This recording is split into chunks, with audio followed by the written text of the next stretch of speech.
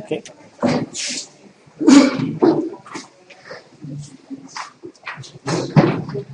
Well, good morning. I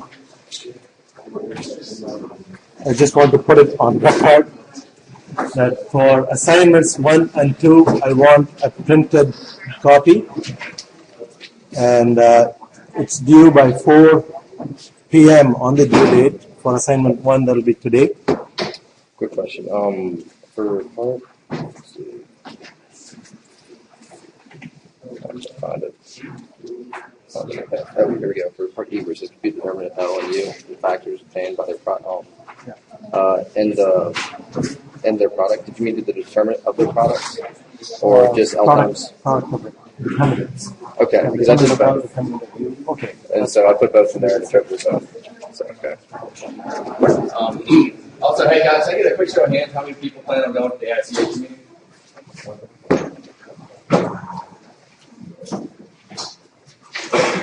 All right, thanks, guys.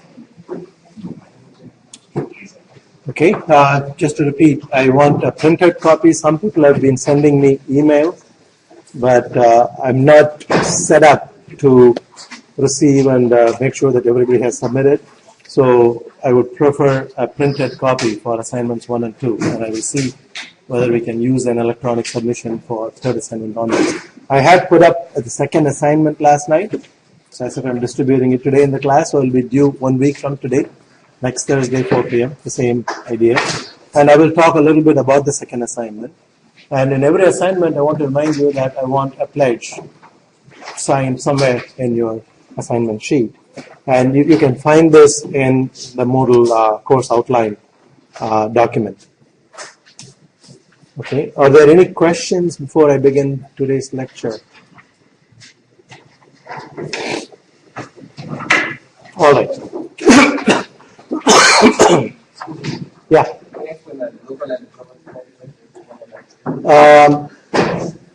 Okay, I was going to ask you a quiz on that.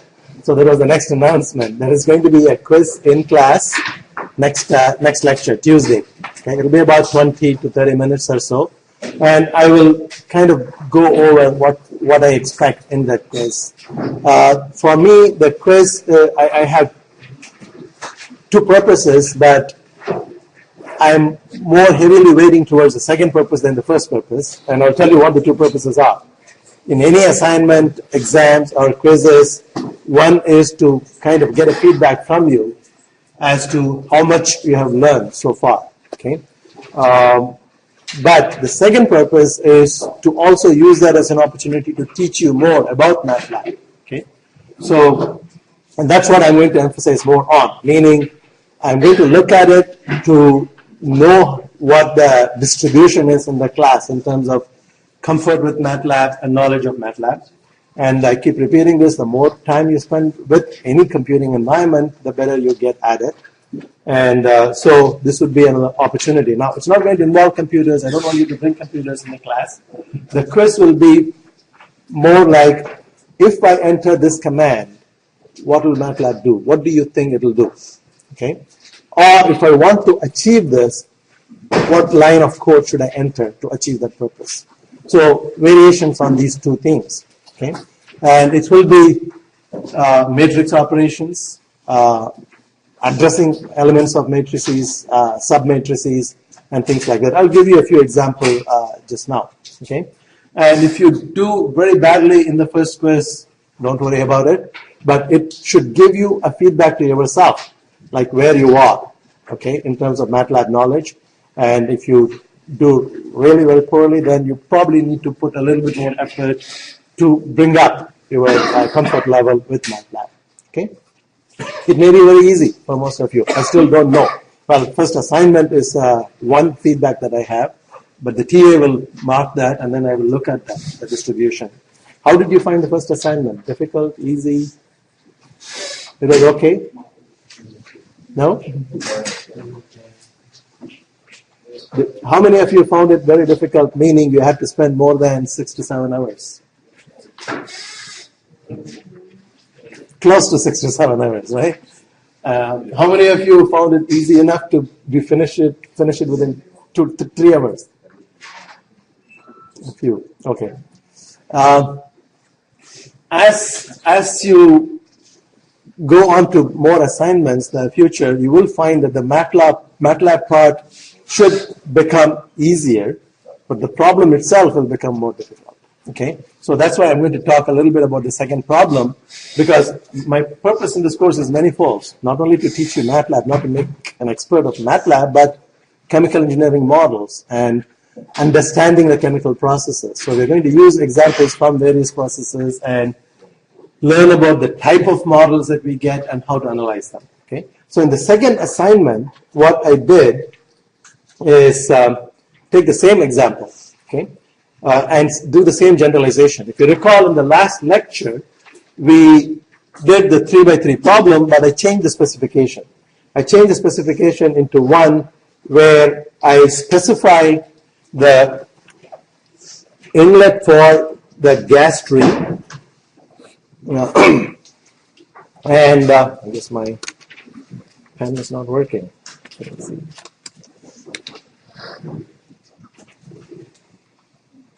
Okay. So I specified V and Y4, but I also specified how much I want to remove. So I want to reduce the composition of sulfur dioxide. I'm keeping that example, but you should be able to substitute it with anything else. For example, if you're dealing with a carbon sequestration project and you want to absorb carbon dioxide from the combustion gases, you may use a different solvent, but the principles that you see are basically the same. Okay, so we are dissolving some material selectively using a solvent, and in this case, our target is to reduce the composition from Y4 to Y1, and in 3 stages. That's what we did in the last class. And you need to find out what L is, how much of solvent is needed to achieve that task of reducing Y4 to Y1, and what are the compositions of X2 and X3. These became the unknown. Okay, L, X2, and X3 became the unknown, and V, Y1, X0 were known. Now, what about X1? X1 is known because if Y1 is known, Y1 and X1 are in equilibrium. So we have an equation, Y equals K times X. Okay, so immediately X1 is known. So this is known, this is known, this is known, and what we want to find is L and X2 and X3. Of course, once we know X2 and X3, you can find out what Y2 is, because Y2 is in equilibrium with X2 and Y3 is in equilibrium with X3. So you know all the compositions and you know the solvent rate. So the problem is now to find how much of solvent is needed to achieve that task. Now, if I give you VY4 and VY1, do you know how much of pollutant you need to remove? How would you estimate that? It's V times Y4 minus Y1, right? Y4 minus Y1 is the V times Y4 is the amount of sulfur dioxide entering, and V times Y1 is the amount of sulfur dioxide leaving. So the difference has been transferred to the liquid phase.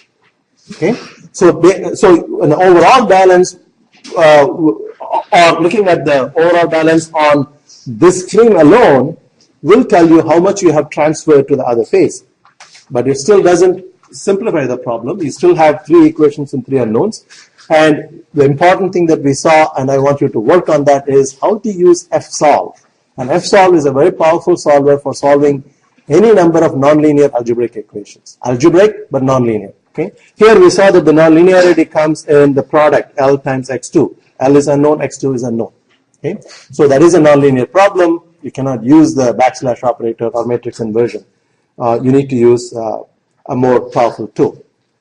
In the second assignment, what I have done is I have increased the number of stages to what I call the case study situation, n stages, which is what you did in the first assignment. We did 3 and you did n, okay, or 10. Now, in this situation, there are 2 variations I want you to look at. Okay, the first variation is the same specification. Okay, V is given, Yn plus 1 is given, and Y1 is given, X0 is given. But so you have basically the 4 degrees of freedom exercised by specifying that, but you have 2n equations and 2n variables. Okay, you need to list what those 2n variables and 2n equations are. And in the first problem that I want to, so it is exactly the same thing as we did in the class, except the number of stages is not only changed to a large number. I want you to be able to stay away from what you did, some of you did in the first assignment. That is, I showed you how to use the TRID function, which will generate tridiagonal matrix of any order, but some of you found it difficult and used basically by entering all the 10 by 10 elements, okay? In this problem, you cannot afford to do that. I don't want you to do that. I'm explicitly specifying that. You should write a program that will solve for any number of stages. If I say do it for 3, 5, 7, 9, 11, 13, 15, in fact, I'm asking you to do all these cases, okay? All these cases in one function that will use fsolve and in one script file. So the script file will call fsolve, fsolve will solve the problem. It will call the function, and I'm not going to show you the code for the function that you need to write in this generalized form, where n is implicitly defined to the function. But I'm going to show you the script file, which you will write. So in fact, you can just copy it from there. So it gives you a head start, and you understand how to structure that. And so I'm going to introduce this for function, the looping structure in MATLAB. Okay. So let's try to understand the problem first. Okay. So here I have what I call a case study problem. I'm going to study several cases. That is where loop structure is very useful, because I can put each case into the loop. I don't have to write 10 times. I'm going to study 10 different cases. One for 3 stages, one for 5 stages, one for 7 stages, etc. Okay? And I give you the numbers. K is constant in this first case, and V1 is 1, Yn plus 1. So those are all given to you. Okay? Solve for the unknown vector L and xi, I going from 2 to n. Okay? How many elements are there in that unknown vector? N plus 1 or n? N. Because I'm starting from 2. Okay, because x1 is known. How is x1 known? Because I know y1. Okay? So I'm assembling a vector and packing them with unknown variables in a certain order. So I'm putting the first element as L, the second element onwards up, from x2 to xn. Okay? And I want you to do this, as I said, for n equal to 3 to 15. You notice here, I want you to solve this for 3 stages, for 5 stages, for 7 stages, in steps of 2. And what would happen? Let's look at the physics of it and think about the physics of it, okay? So I want to remove a certain amount of sulfur dioxide. So I tell you what Yn plus 1 is, okay? And I tell you what Y1 is, and I tell you what V is. So I know the amount of sulfur dioxide I need to remove. If I find that I use 3 stages and I get an L, okay, 6 point something, and I get an exit concentration with some number, 0.1 or something like that. Think about what would happen. I'm now asking you to kind of intuitively project without really doing any calculations. If I increase the number of stages from 3 to 5.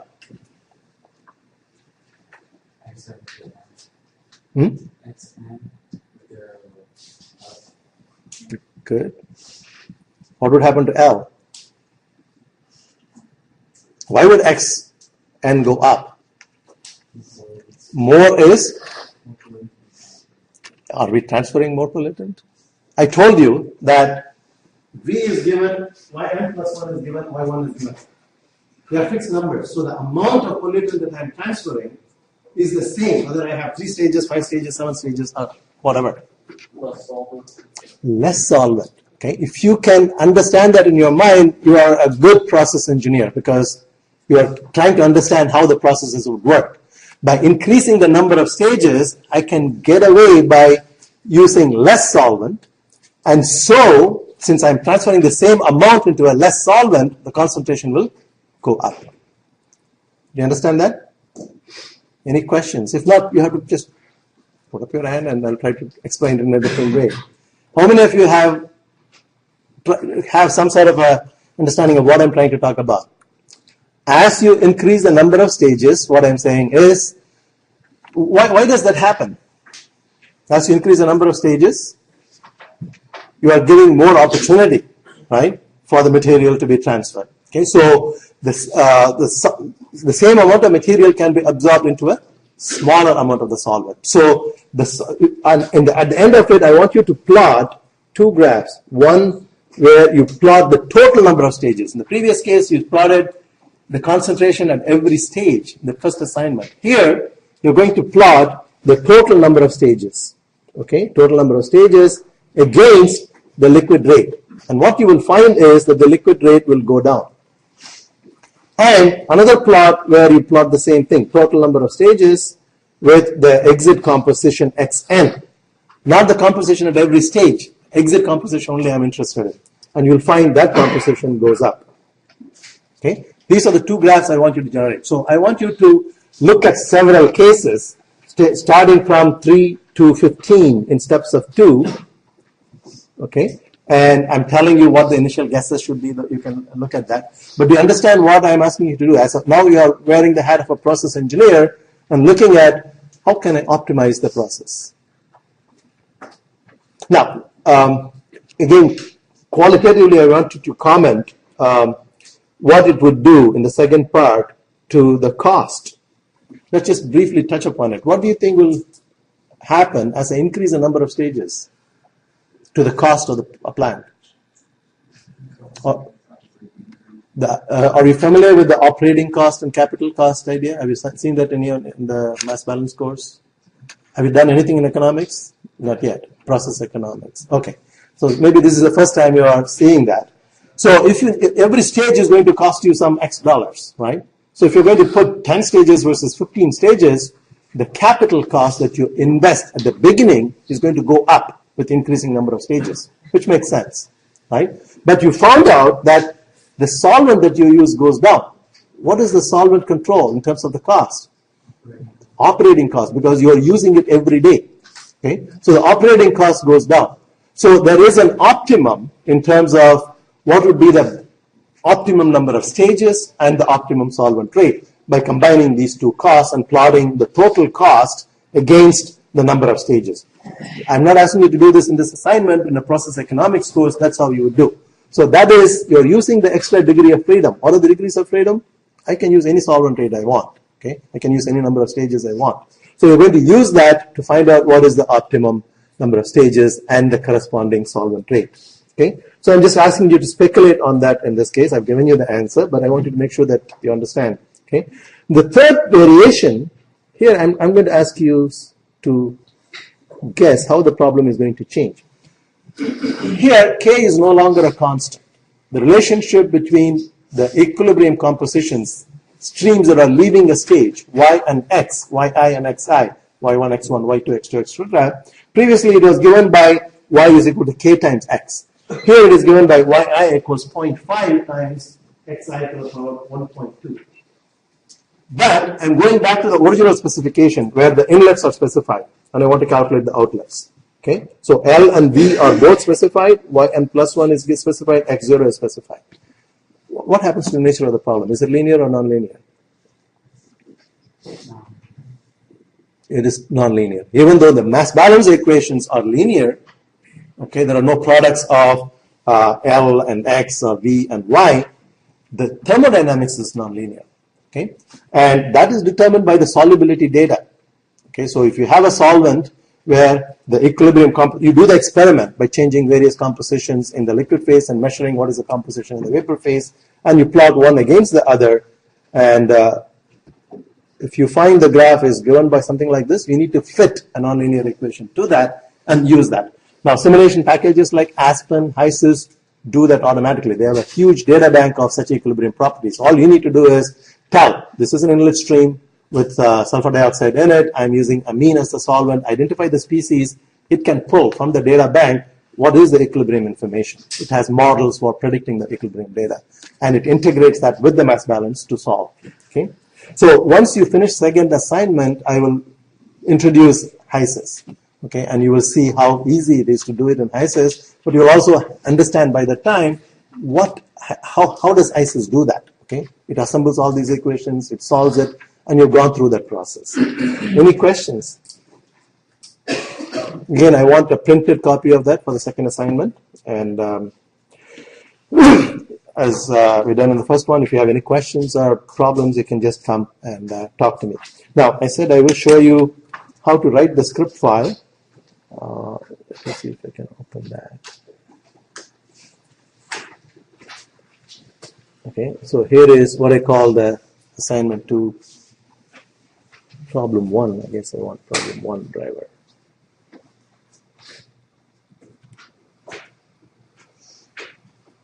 Okay, this something like this would be part of the quiz. Okay, I give you a code and I ask you to, not such a long code, brief, shorter code, and ask you to decipher.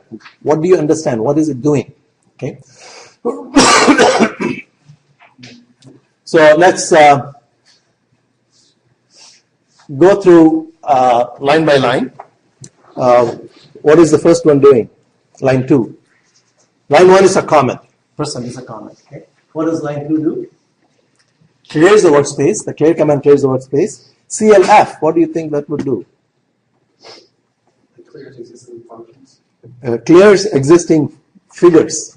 Good guess. Good guess. Okay. And as I said, see such codes, and if you don't understand a particular thing, go to the MATLAB, type help CLF. It will tell you what it is. Okay. So it clears any figures that I have in the workspace, clears any variables I have in the workspace, those two commands. And then I have L equals. Okay. This is, I should show you actually what it does as we.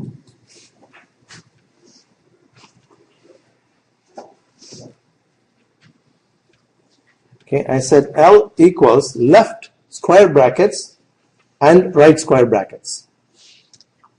Okay, so that initializes, it creates a variable called L in the workspace, but there is nothing in it. Okay, that's one way of creating it. I will ask you why I'm doing that later on. But initially I'm declaring L as a variable, nothing in it, and its structure is not specified, meaning its dimensions is not specified. And X out is the outlet composition. Remember, in this assignment, what do I want to do?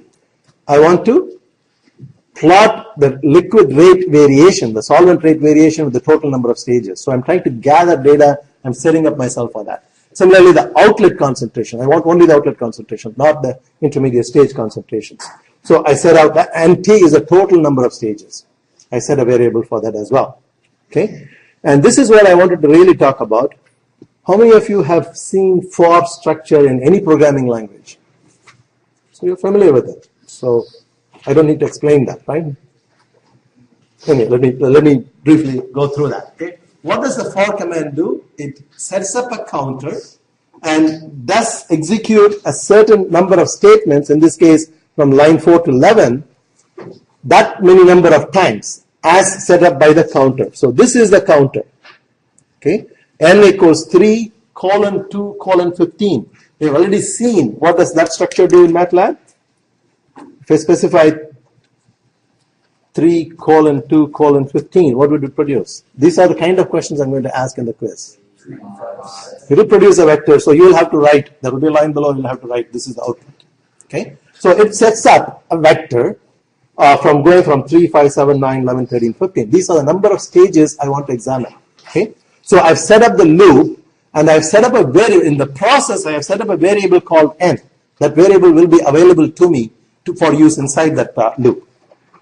Okay, and then I guess here I should explain that you remember one of the things that we did when you're using fsolve was to identify the name of the function and then an initial guess, because nonlinear problems, you always need an initial guess, and it will check whether the initial guess is a solution indeed by plugging it into it. If it is not, then it's going to change the guess in a systematic way to get the solution. Okay? So I'm trying to set up an initial guess in line 4 and 5. So the initial guess is going to be such that the guesses are going to vary from 0.3 to 0.1. Okay?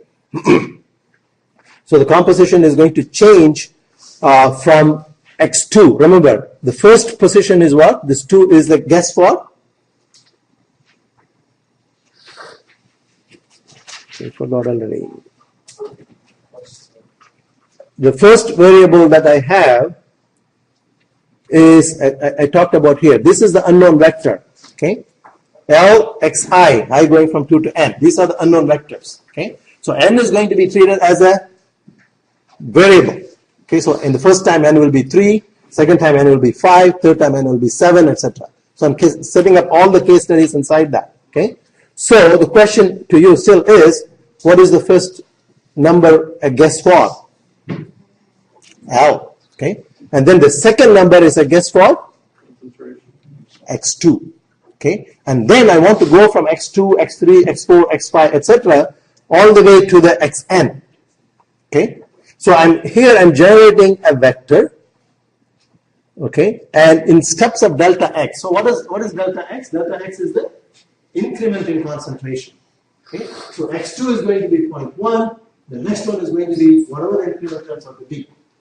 Okay, and that increment is always going to take me starting from 0.1 to 0.3. Whether I'm doing 3 stages, 5 stages, 9 stages, the composition range is going to vary from 0.1 to 0.3. That is not realistic, right? We already saw what happens to the last composition as the number of stages increases. It goes up. But I'm saying it's always going to be the last composition is going to be 0.1. Sorry, 0.3. Okay? Any questions? If I'm loading too many things on you, you need to stop me because I want you to be able to decipher such a code and understand and learn from it. Only then you'll be able to write your own code of this, at least this level of complexity. Again, I'm going to put the recorded version of it, and so you don't need to kind of write it down. You can always pause the thing and look at the screen. But what I'm not going to give you is this function. This function you need to write. That function contains the 3 equations, or the 5 equations, or the 7 equations. That function should be general enough to handle any number of stages. Okay? So I want to go slow a little bit so that you understand this program, and then you'll be able to write the other part of the program. This program you can just use as it is. Okay?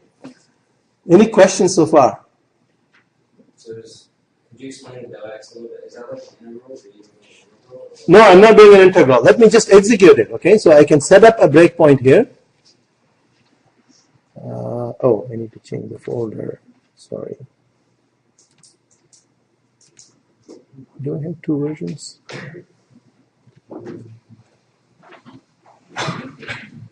Okay. Okay. Now let me set up.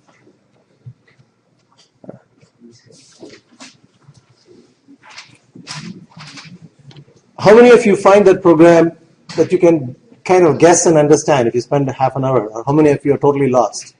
How many of you are totally lost if I give you a program like that? Kind of in between. Okay. I'm going to set a breakpoint, and this is another habit which is extremely useful in MATLAB when you're particularly trying to debug and learn. Okay?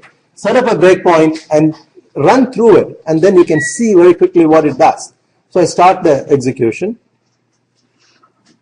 So it produced a figure. What command produced that figure?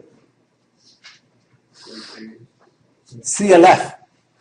Okay? So CLF cleared the figure, so I have a blank figure. There's nothing in there. So far I've executed only line 2. I've stopped at line 3. Okay? Still it opened up the figure with nothing in it. So it has cleared. If there were lines before from a previous part of the workspace, it will blank it out. And this is what you will get. The CLF command produces that. But I will also have L defined, but it is empty. X out defined, it will be empty. Okay? Now I'm going to step through one by one to answer your question what del X does. Okay? Now, what do you think will be the value of N? 3. The first time around, N will be having a value of 3. Okay? And here, so N minus 1 should be 2. So 0.3 minus 0.1 divided by 2, what will that be? 0.1, right? So if I execute that, I should get delta X as 0.1. Okay? Then delta X is now is 0.1. So you can now see what is happening, right? So I have N equal to 3. So I have a 3 by 3 system. So I have L and X2 and X3 as unknowns. Okay? So I need to create the guess vector. That's what is going to happen next. So X will contain 2 and then 0.1, 0.2, 0.3. Okay? And then is the mystery. This is what I want you to work with. So at this stage, I have provided a guess. I'm calling the function, what I call it A2, P1. That function is going to calculate all the 3 functions that I need to evaluate. and then send the function values to fsolve. Fsolve is going to interact with that, trying to update the guess, and when it is done with fsolve, it will give you the solution. Okay? The first position of the solution will be L, then you will have x2, x3, etc. So let's continue. I don't want to step here. If I step, it's going to take me to fsolve.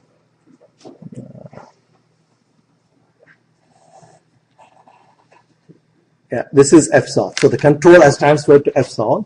Let me just continue.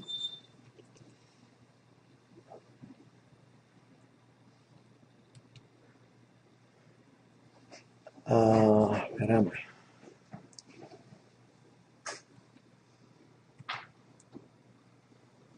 It actually produced. It went through the loop all the time. Because why did that happen? I did not intend to do this. I made a mistake. Don't be afraid to make a mistake, but learn from that. Why did this happen? Okay. I said continue, and then it went through the loop, producing from 3 all the way to 15. And then it plotted the exit liquid composition. I expected the liquid composition to go up like that, and it did. But why did it not stop? Where did I set the breakpoint? Just at the beginning of the loop. If I had set the breakpoint here, which is what I should do, and take that breakpoint, then every time n changes, I will stop there, and then I can examine what happens. Okay? Because I set it up outside the loop, just went through the loop all at once.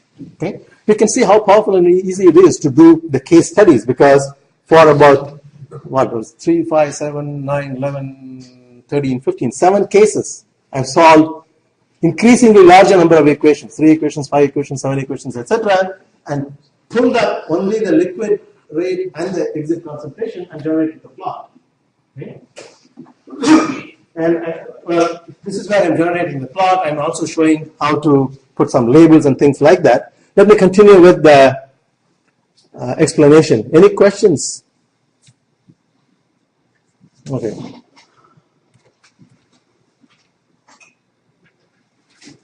Okay, fprintf. Are you familiar with that command? Basically prints under formatted control. Okay? So it stages this person I is a format specifier, which specifies what format I want. So this is the number of stages. That will be n. So in the first case, n will be 3, and it will print stage 3 stages. What is the solution error? What is the error in the solution? So what I'm doing, after it gives me the solution in a vector I save as x solution, that is my actual solution. Okay, I gave a guess of 2, but the actual flow rate is 6.49. I gave a guess of 0.1, 0.2, 0.3, so the actual concentrations are these. Okay, and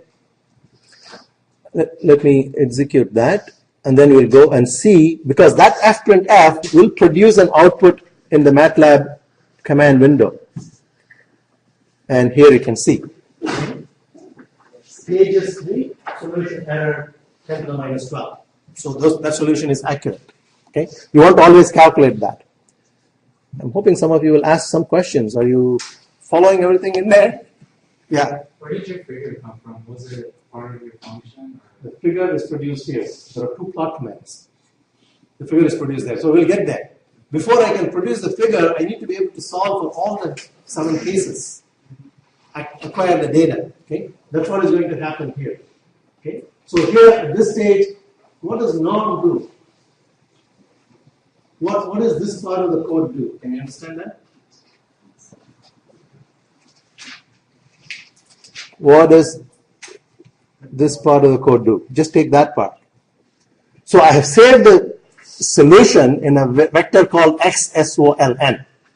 Okay. And I'm passing that xsoln to A2P1. What is A2P1? The program I'm not showing you. That's the one that actually has the functions. So if I take the solution and put it into the functions, what should I get?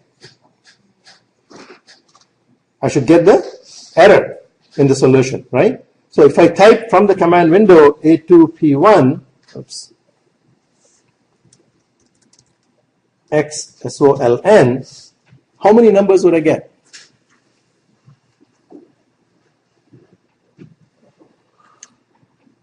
These are the kinds of, 6? Let's try. I got 4. Why?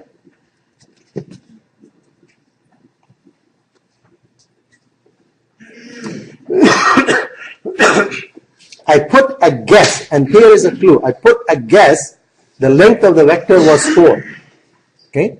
So it's going to take from the length of the vector how many equations I have, how many stages I have. Okay? So it solves 4 equations. Okay? And so this is the guess for the liquid rate, and these are the guesses for x2, x3, x4. I have actually 4 stages, right? And so here, these are the residuals, the errors in the function f1, f2, f3, f4. Okay, I have 4 stages, and I have 4 outputs coming back from that expression. And this is passed to norm. So what would norm do? Norm takes a vector and calculates the norm of that vector. You know, from linear algebra, you know what the norm is, right? How many of you don't know what a norm is? Okay. If you don't know what a norm is, you just need to go to help norm. Okay, that's how you understand this code. Take it piece by piece and try it out. Okay, the norm simply calculates the length of the vector. Okay, so if I have a vector in 2-dimensional case, for example, if I have in a 2-dimensional space, this is x1 and this is x2. Okay, if I have a vector like this with components, so the vector x has components x1 and x2. Okay, this is the x1 component, that is the x2 component.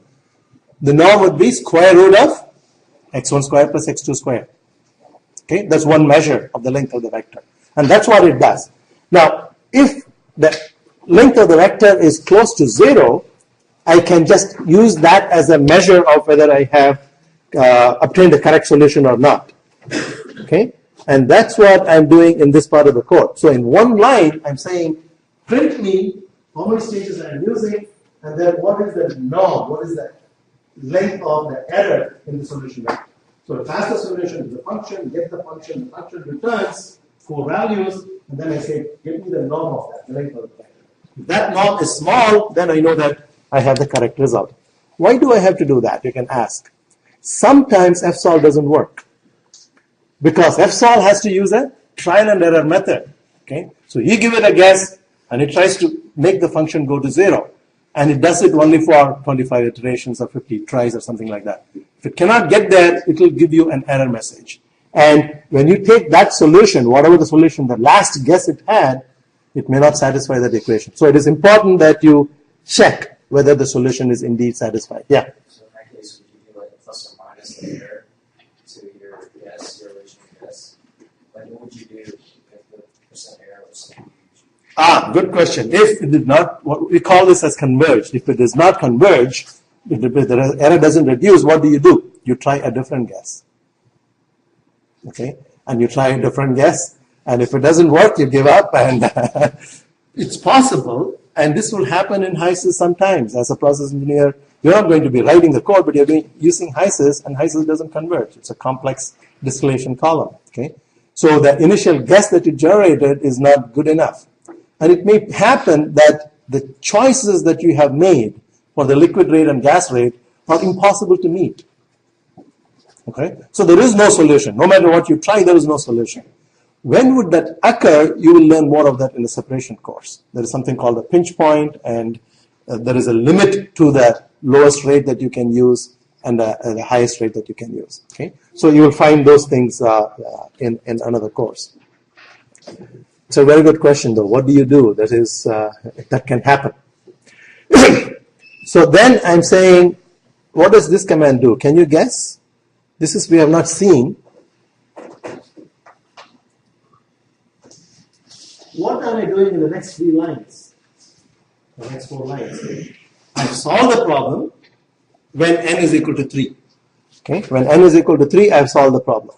And the solution is stored in this vector SOLN. But I don't care about all the solutions. I care about only the first number and the last number. First number is the flow rate, the last number is the exit concentration. So I need to extract them. Okay? So I'm finding out what is the length. How many elements are there in X? Because I want to do this for varying number of elements, right? I want to do it for 3 stages, 5 stages, etc. For n equal to 3, n equal to 5. So the length command simply returns the number of entries in a vector. Okay, so here I say, for example, LENGTH, and I put a vector. Okay, and it'll count and tell me how many elements there are. Okay, and it's generalized. You can pass matrices to it. Then it'll return the row and the column size. And okay, what am I doing here? This is where I need to set up a blank L at the beginning, right? Here I set up an L, which is a null vector, nothing in there. And what am I doing here? I'm extracting the first value of the solution, and then I am appending to L. So every time I come through this loop, I will get a new value. So I want only the first value from the solution, and whatever the vector L contained before, add one more element to that. Okay, this is a concatenation, adding elements to that. So what will be the length of L as I go through this loop? What will happen to the length of L? It will keep on increasing. Okay, so let's step through it now. So P is 4, L is 1. So I have extracted the first column for the first attempt when n equal to 3. And X out will also be length of 1. Yeah. So you want to count line up there just look at increase.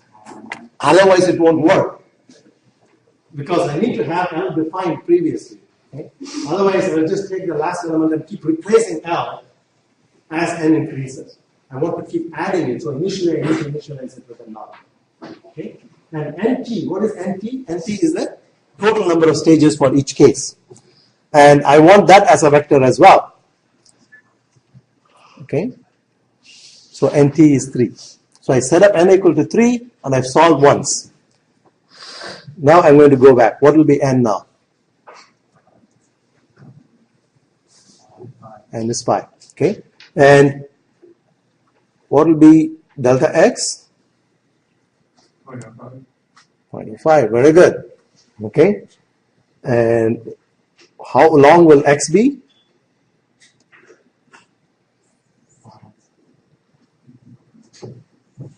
6. Okay? And then the mystery function that you need to run. Okay? And now it's going to print in the workspace that I'm using, and that is also converged. I want to make sure that every time the error is small, 10 to the minus 10 or something like of that order. Okay? And now what will be the length of L? 2. Okay? But what would X solution contain? The second solution for the case when n equal to 5. Because I'm overwriting it. Okay, so the second time I come around the loop, I get the solution when n equals to 5. And I want to extract the first number and the last number and add it to L and X out. Okay, so X out contains two numbers. You can see the concentration begins to increase, and L, the flow rate begins to decrease. Now I've done two cases. Okay, do you understand the idea? We can move on. Yeah. Is the solution error, is that built in to the MATLAB, or did you write that in your What do you mean? Anything that I put between quotation marks is a text that I write to give me a signal, like what am I outputting? Because it gives you the error in the command window. Right. Did you write a code to give you that, or is that a built-in function? No, I wrote the code. That line, which statement in the program produces that line? That would be part of a question, first question. Okay, which statement in the code produces that one? It produces the line 7, F to F. You can actually see stages, and then I have a placeholder. Put a number there. Okay, and then solution error. Bring that to the front. And then another placeholder, person G, and then backslash n. The backslash n says, after we print that, go to the next line. Backslash n is the next line. Okay? Person I says, put an integer number there. Person G says, put a general number in an exponential format, for example. So the number of formatting placeholders that we put in here must match the number of outputs that we have after the count. So this n will be substituted into here, and this result of this entire thing will be substituted for g. How do you, what does it know to go to the I? Like you can specify I equals anything. How does it know? Is it because of the way the comma is? Or why? No. As it remember, MATLAB is an interpretive language, right? So as it interprets, it says fprintf. Okay, I pass the control to fprintf. So fprintf expects certain number of inputs, and the first input that it expects is a string. So it's going to print that string as it appears. In that string, you can have embedded percent something. Okay, and there are many percent specifications, format specifications. If it is %I, it says, okay, I want to substitute something in there. I should not print the entire string, but I should, before I print it, I should substitute what is the value for this. Where do I get that? I look for the second argument. So I go along this. This is the first format specifier. Second argument to fprintf is this. So I match it with that. And then the next format specifier will be matched with the next one. Okay? Is the I for integer in that case? Yeah, I is for integer, G is for general. And if you do help fprintf, it'll give you a page of other format specifiers that you can use and how it reuses it. For example, if you have more elements in here and not other format specifiers, what does it do? It just reuses it. Okay, so you'll find this printed several times. Yeah. Maybe I was just missing it, but what are you doing to like you going back and like the variables were changing? That is the most important part. How many of you have difficulty understanding that? Please put up your hand and I'll repeat it again. Okay? See, I really missed. So the question is, what is it doing when it goes back? Right? Why is it doing this so many times? What I want you to do in the problem, this is the chemical engineering part of the problem that you need to understand. And then MATLAB is just an implementation of the solution. As a chemical engineer, as a process engineer, I want to study the following situation. Okay? So I have at the inlet, in the gas phase, I have 0.8 as a composition. Okay? And it is to be reduced to 0.005. From 0.8 to 0.005. Okay? And I have so much of gas to process. But I am free to choose the solvent rate. And I am free to choose the number of stages I need. So this is a design engineer state. It's not a plant that is existing. I'm designing this plant. Okay? So at this stage, I can choose to arbitrarily say I want 3 stages. But if you fix that, then we have only a certain flow rate that will do the job of reducing the composition from 0.8 to 0.005. Does everybody understand that? Okay? So if I fix the number of stages, there is a corresponding liquid rate. Okay? I can redo the problem and say, no, I don't want 3, I want 5. Now I need to set up equations for 5 stages. Okay? So my vector will increase, the number of unknowns will increase, the number of equations will increase for the second case. So that loop does for every case. What is the solution when I have 3 stages? What is the solution when I have 5 stages? What is the solution when I have 7 stages? It repeats that process.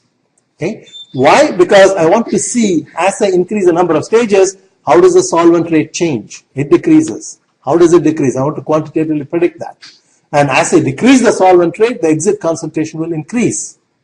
Why does it increase? Because I'm transferring the same amount of material from the vapor phase to the liquid phase, but the total amount of solvent I use is smaller and smaller, so the concentration should be higher and higher. Okay? So, what I'm doing in that loop is solving for each one of those cases. What is the solution when n equal to 3? The next time around, this loop automatically increments n in steps of 2. Okay? Now n is 7. I'm coming around the third time. I've done for n equal to 3 and n equal to 5. And I have extracted what the liquid rate is when n equal to 3 and n equal to 5. But I want to do it for n equal to 7 and add that number. Then I want to do it for n equal to 9 and add that number. Okay? So what I'm doing in that loop is solving many problems. If you have to do it by hand, you need to write down the 3 equations and solve it. Then go back and write down the 5 equations and solve it. Go back and write the 7 equations and solve it. So This is where the power of the programming is, because there is a repetitive pattern. If you can generalize the problem sufficiently, then you can put it in a loop.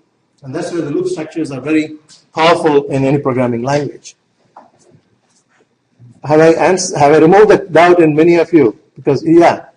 You explained the loop well, but I was also wondering, like, how did you, like, at first we saw the values for stage 3, right? Yeah. But then, like, you hover over to show the values for 5. Like, how did you, does it just recognize that you're going to... How does it, the end, the for loop basically says, from the point where you have for till the point where you hit an end, right? Okay? You have to repeat that as many times as there are numbers in n. This is the counter. Okay? So the counter initially, when MATLAB interprets line 3, it says, oh, I have a for loop. How many times do I have to do this loop? So it looks at the next part and says, okay, I have 3, 5, 7, 9, 9, so I have 7 times I need to repeat this. So it sets up a variable n. The first time it comes into this loop, n will have a value of 3, which will be used here, and I guess that's the only place. It's used here. Okay, the next, how does it know to go back? It needs the n. So it shows you that it's paired. This for is paired with n. Now you can have loop within a loop. You can have another for loop outside, another n that should match. The for and the n should match. If it does not match, if you don't find an n, it will give you an error message. Is that a question? Okay. They stay before the end. What does that mean?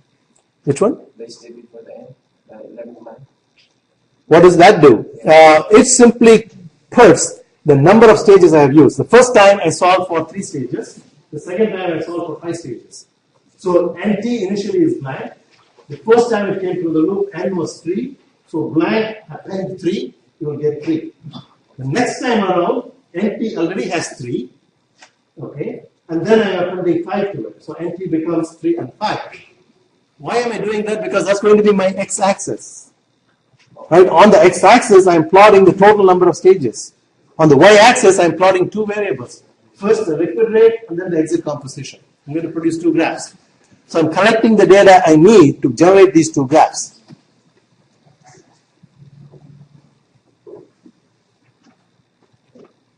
Now n is, yeah. You have to show us the function here. Like we need to make that function by ourselves. A2P1 is what you need to do, and you need to do it in a clever way such that depending on the length of x, the number of equations will automatically be calculated. Because first time when n equal to 3 is going to return, I guess when n equal to 3 actually have 4 equations, so it is going to return 4. Okay, yeah. On line down, does one just signify something in the construct? What does one signify? One here. Is it just something in the construct? Well, what is x solution? X solution is a vector. So I want the first component of that vector. Okay. So I'm picking up the first component. X solution, I'm addressing the first element of the array. Right? That's what you're asking. What does one do? One picks the first element. And similarly, P picks the last element. Okay, that is why I need to know what is the length of x. Because remember, length of x is going to be changing dynamically in this sentence, in this line. Right? It is going to, length of x is going to depend on n. Because delta x depends on n. So if I have 7 stages, I'm taking smaller increments, delta x. Okay? Any other question? You need to study this very well to understand, and you will learn a lot. If you spend an hour or 2 with it, trying it out, okay, you will understand what a more sophisticated MATLAB programming will look like. And you'll be able to write them pretty soon. So the function we need to write in the test, we need to be able to write in the test. In the test? No. This is for the assignment. Oh. This is for the assignment. But in the test, you should be able to answer questions like this. What does this do? What does that line do? I'll give you pieces of code. What do I expect as an output? Or I would give you a piece of code with an error, and I say, I want this code to do this, but this code has an error. Find the error. Okay? Things like that. But what about the number of comments? I mean, where if we don't see the comment that we have used before? there's list of. No, yeah, it'll be there. Some command, like the length command, I would just ask you to guess what it might be. Oh, Okay, because I want you to develop that ability of if I want to do certain things, how do I go about finding whether MATLAB can do? As I said, MATLAB is infinitely large, right? So there is no way that I can know. But if I want to solve a particular problem, I am confident I can do that because I know how to get the help on the particular task. And I want you to develop that ability. Okay. What would NT contain at this stage? I'll show you what N is. N is 7. So what should NT contain?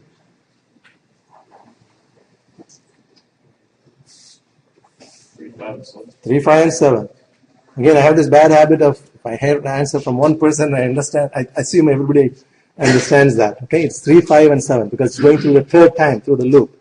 And L will contain 3 solutions, the liquid rates. And X out will contain 3 outlet concentrations. And let me take that. Are there any questions? I'm going to go out of the loop and just talk briefly about the plot command.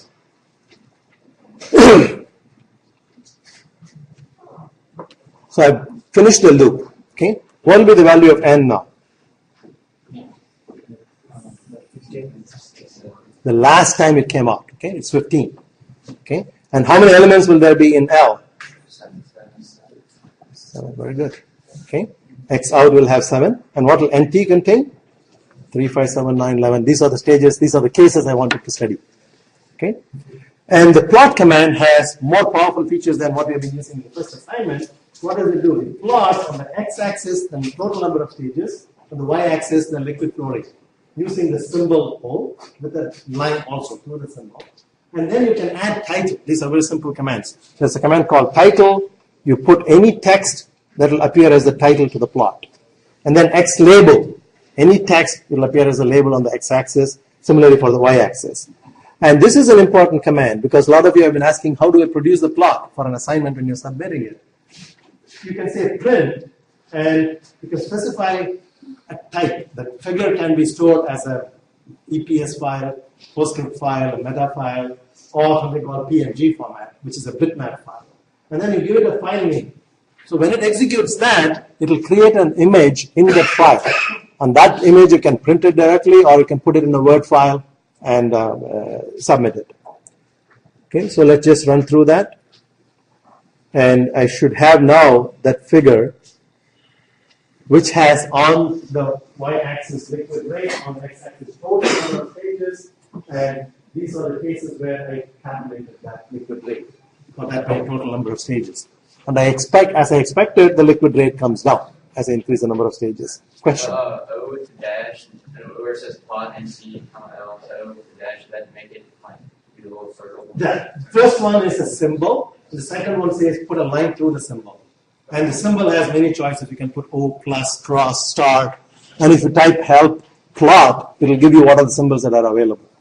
Okay, the plot command.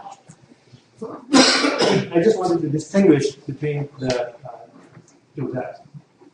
So that's about the print command. So when I execute the print command, in my directory, I will have a new file which will contain only the image of the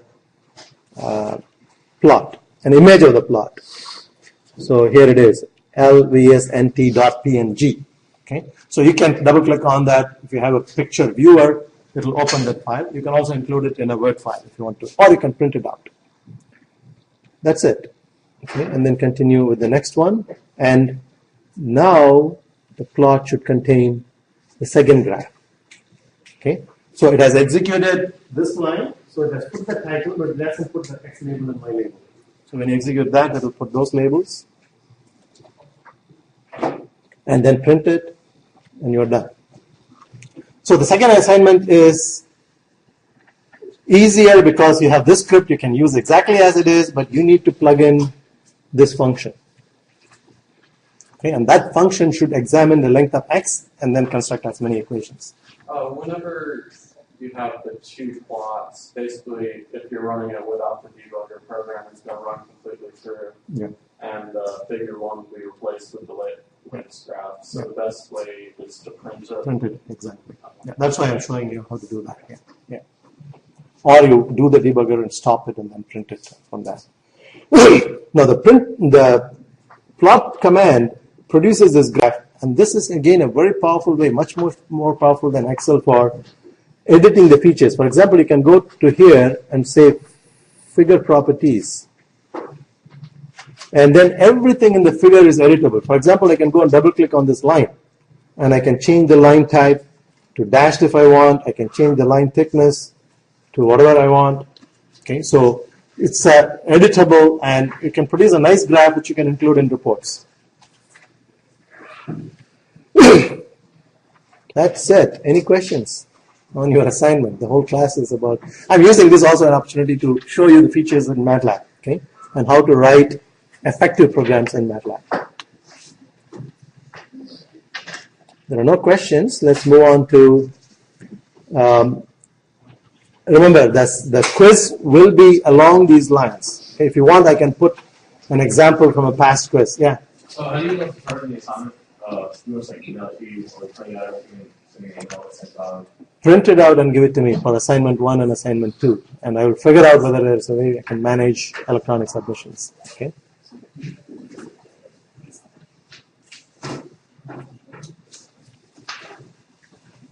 Okay.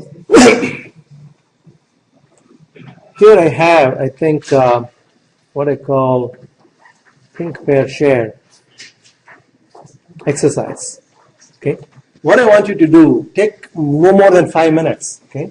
And I have an altered specification. Okay. The new specification is L is given, X0 is given, X3 is given, Y4 is given. You have 3 stages. Okay. These are the type of questions you will get in an exam. Okay. Given a problem, a specification, how do I identify what are the unknowns? How do I arrange them as a vector? Identify whether it's linear or non-linear, and then recommend a solution procedure. Okay. So I want you to think about on your own, few minutes, and write. Maybe make a note of this. Okay. L, X0, X3, Y4 are given. I will show the equations, and how does the equation change? What are the unknowns? What are the knowns? And I want you to give that F1, F2, F3 for this altered specification. And after you've done that, after you've written it down, I want you to show to your neighbor and compare if you have made any mistakes or not. Okay? And then we will have a brief discussion on that.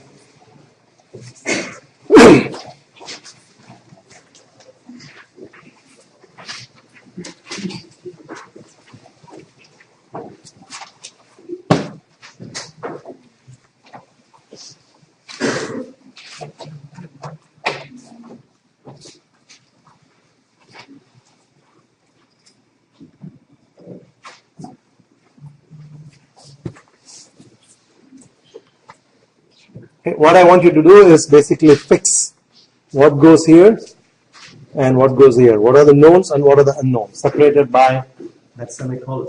So these are the previously, these were the unknowns, these were the knowns. And how does the equation change? Does the equation change? Okay, identify what are the knowns and what are the unknowns, whether it's linear or non-linear.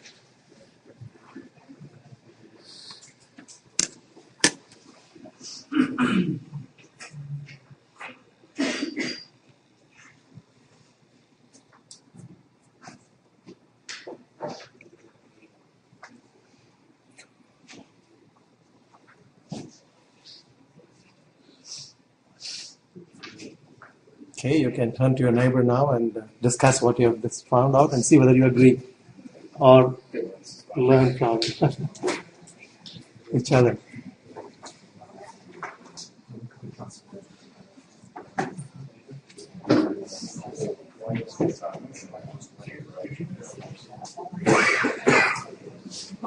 Y equals kxi is the linear equation on the right. Yes, if k is constant, it is. Yeah, it's right. But so that would work for any, so long as k is constant, y equals kx is true. Well, that's given by experimental data. If k is constant, then the relationship, thermodynamic relationship is linear. Okay. But that doesn't make the problem the same. Okay.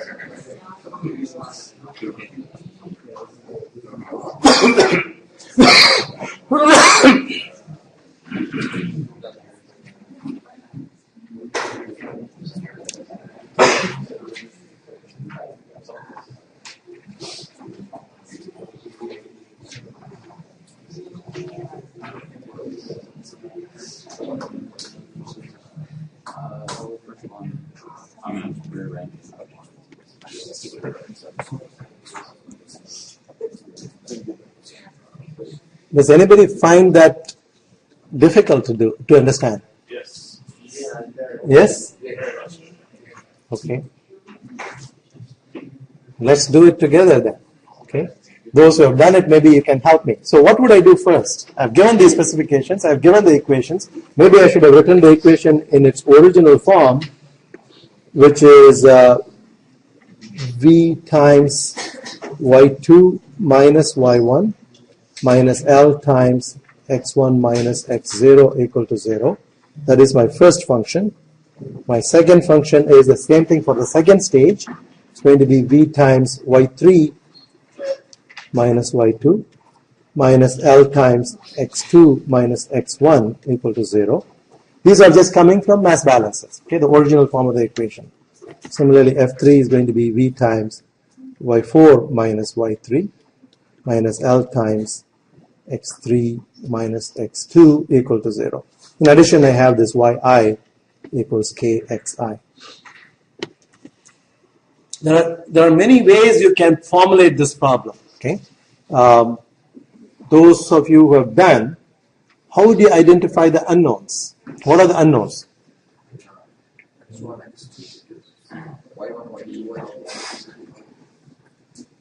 You can. There are two ways. Let me just, as someone suggested here, let me put the vector of unknowns. Okay. So what did you say? X1, X1, X2. Because y4 is already on the other list, so you can say y1, y2, y3. Is that all? And v. Okay, so that makes it 6 variables, and there are 6 equations. 3 mass balance equations and 3 thermodynamic equations. Because this actually stands for y1 equals kx1, y2 equals kx2, etc. So I equals 1, 2, and 3. So if you identify this, from an exam point of view, that's fine. You can also, sometimes I would say, get rid of the thermodynamic equation and reduce it to 3 by 3. Yeah.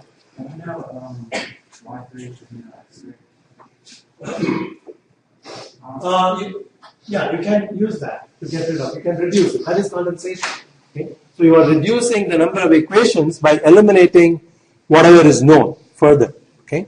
So as long as the process of reduction is correct, you have not introduced any errors, that's fine. You can, in MATLAB, when you are trying to solve this problem, the next question you need to answer is it linear or non-linear? You know, one analysis which is 6 equations with 6 unknowns. Or is that system linear or non-linear? Take this one. Is this linear or non-linear? There are 3 equations. No, I'm talking about this one. That's a linear equation. Okay. Then take F1. Is it linear or non-linear? Non-linear. Why?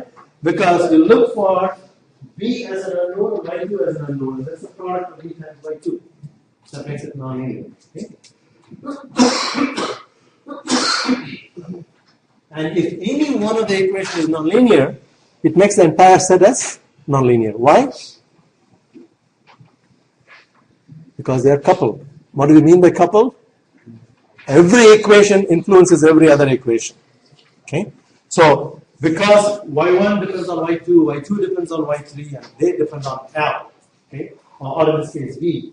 So, we have a coupled set of 6 equations. You can choose to eliminate if necessary, particularly if it is simple. In this case, y equals kxi. Wherever you have y1, y2, y3, you can replace it in terms of kx1, x2, x3.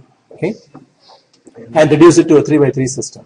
That is something that I would expect you to be able to do in an exam. Okay? Any questions? So that would be our answer right there? This would be one correct answer. The other correct answer would be take it one more step and replace, for example, F1, you would write it as V times Y2, which is KX2, minus Y1, which is KX1, minus L times X1 minus X0 equal to 0. Okay? So we are now trying to get rid of Y1, Y2, Y3 if you go through this process. Okay?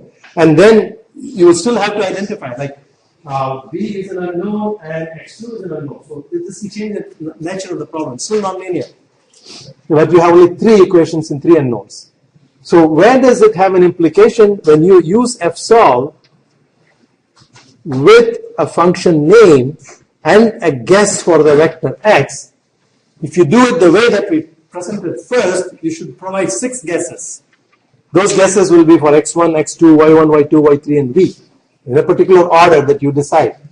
And then that function, this function should calculate all the 6 function values, f1, f2, f3, and then f4, f5, f6, and return a vector of 6 functions.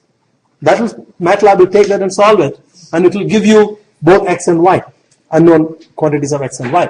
But if you do the elimination process, then the number of unknowns will reduce. Okay, so we're going to get rid of y1 and y2, and you'll also get rid of, as you pointed out, using the fact that x3 and y3 are related. Okay, and since x3 is known, y3 is known, so you'll get rid of this. So if you give me an unknown vector as x2, x3, and v, and then you say these are the 3 equations where I have eliminated y1, y2, y3, that will be a correct answer too. But when you are writing a function fsolve for that, this vector should contain only 3 guesses, and they should be for x1, x2, and v. And it should return only these 3 functions. Am I making sense or not? Yes.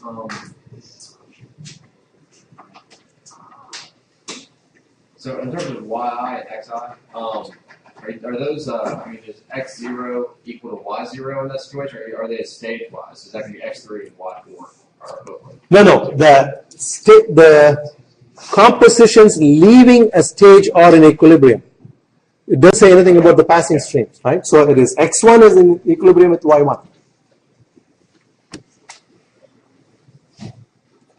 Okay, let me ask you a different configuration. So far we have talked about a counter-current setup.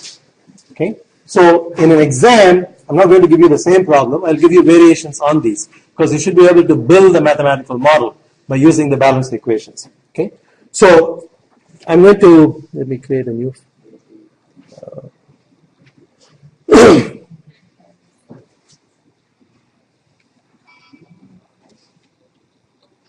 Just give me 1 minute, and I'm going to have a situation where I have 4 stages. Okay, 1, 2, 3, and 4. And so this will be V, Y5. And L, X0, then X1, X2, X3, X4. You know how to write the equations for this. But as a process engineer, I want to introduce a second feed somewhere here. I have one solvent coming in here, and I have another solvent L2 coming in at another X2I. Will the same equations be valid? No, the system change. The system will change. Will the degree of freedom change?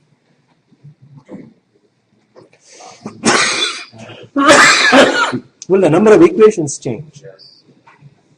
Why?